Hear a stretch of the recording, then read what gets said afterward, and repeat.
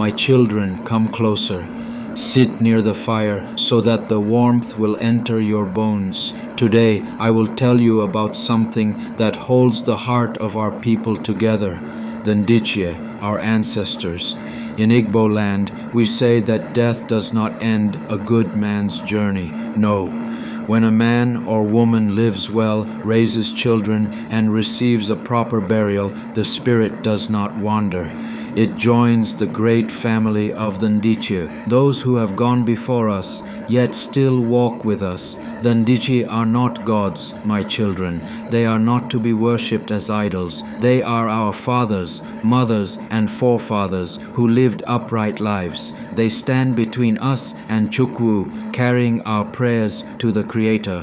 When we pour libation or break kola, we call their names, for they are the bridge that links the world of the living and the world of the spirits. But listen carefully, not everyone becomes Ndichie. A man must live with honor, avoid abominations, and die a natural death. He must be buried well with the proper rites. Only then does his spirit rise to sit among the elders of the spirit world. Those who die wickedly or without proper burial do not become Ndichie. Their spirits wander like strangers in the night. This is why, when we gather as a family, the eldest among us, the Diokpala, will pour palm wine on the earth and call the names of our forefathers.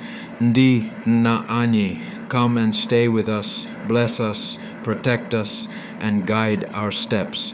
That is what you see when I pour wine on the ground before drinking. It is not waste. It is communion with those who paved the way for us. During festivals like the New Yam Feast, the first yam is not eaten by any child or stranger until it has been presented to the Ndichie. Why?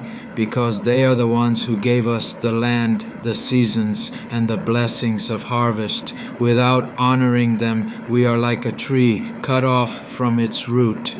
And my children, remember this: the Ndichie do not just bless, they also discipline. If we abandon the ways of truth, if we break the customs of our people, there